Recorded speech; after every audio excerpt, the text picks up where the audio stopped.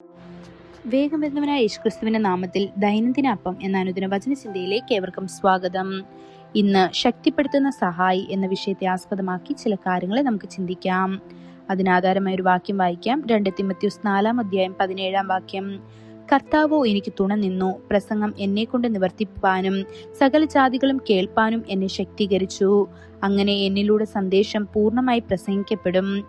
കർത്താവ് എന്നോട് കൂടെ നിന്നു എന്ന് അപ്പോസ്തലനായ പൗലോസ് പ്രഖ്യാപിക്കുന്നത് നോക്കുക. കർത്താവ് നമ്മോട് കൂടെ നിൽക്കുമ്പോൾ നമുക്ക് അവനു വേണ്ടി പലതും ചെയ്യാൻ കഴിയും. യാക്കോബ് യോസഫിനെ അനുഗ്രഹിച്ചപ്പോൾ അദ്ദേഹം പറഞ്ഞു, സർവശക്തൻ മുകളിൽ സ്വർഗത്തിന്റെ അനുഗ്രഹങ്ങളായാലും താഴെ കിടക്കുന്ന ആഴത്തിന്റെ അനുഗ്രഹങ്ങളായാലും നിന്നെ അനുഗ്രഹിക്കും എന്ന് ഉൽപ്പത്തി പുസ്തകം 49:25 കാണപ്പെടുന്നു. അതെ, കർത്താവ് നമ്മുടെ സഹായിയായിരിക്കുമ്പോൾ അനുഗ്രഹവും വിജയവും സന്തോഷവും എപ്പോഴും പിന്തുടരും. കർത്താവ് തന്നോടൊപ്പം നിൽക്കുക മാത്രമല്ല, അവനെ ശക്തിപ്പെടുത്തുകയും ചെയ്തുവെന്ന് പൗലോസ് സാക്ഷ്യപ്പെടുത്തുന്നു. വിജാതീയരോടും രാജാക്കന്മാരോടും ഇസ്രായേലിനോടും സുവിശേഷം പ്രസംഗിക്കാനും ആദ്യകാല സഭയെ കെട്ടിപ്പടുത്ത നിരവധി ലേഖനങ്ങൾ എഴുതാനും അദ്ദേഹം തിരഞ്ഞെടുക്കപ്പെട്ടു. അദ്ദേഹം ധൈര്യത്തോടെ പ്രഖ്യാപിക്കുന്നു, എന്നെ ശക്തിപ്പെടുത്തുന്ന ക്രിസ്തുവിലൂടെ എനിക്ക് എല്ലാം ചെയ്യാൻ കഴിയും. ഇത് ഫിലിപ്പിയർ 4:13 കാണപ്പെടുന്നു. പലപ്പോഴും ദൈവം അയോഗ്യത നോക്കുന്നവരെ വിളിക്കുന്നു. എന്റെ പിതാവ് ഒരു സർക്കാർ ജോലി ചെയ്തുകൊണ്ടിരുന്നപ്പോൾ മുഴുവൻ സമയ ശുശ്രൂഷയിലേക്ക് വിളിക്കപ്പെട്ടു.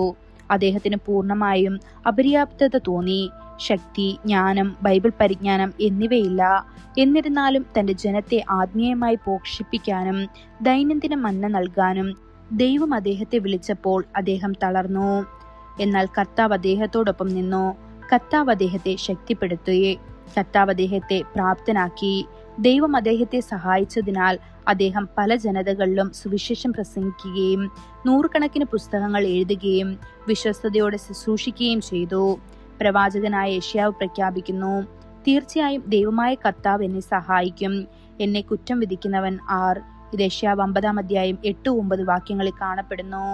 പിന്നെയും സങ്കീർത്തനക്കാരൻ സങ്കീർത്തനം 63:7-8 ഇപ്രകാരം പറയുന്നു, നീ എന്റെ സഹായമായിരുന്നതിനാൽ നിന്റെ ചിറകുകളുടെ നിഴലിൽ നീ സന്തോഷിക്കും, നിന്റെ വലംകൈ എന്നെ താങ്ങുന്നു എന്ന്.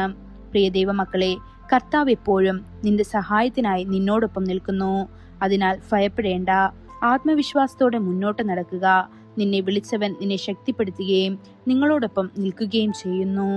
ഈ വചനങ്ങളാൽ ദൈവം നമ്മെ ഓരോരുത്തരെയും അനുഗ്രഹിക്കുമാറാകട്ടെ.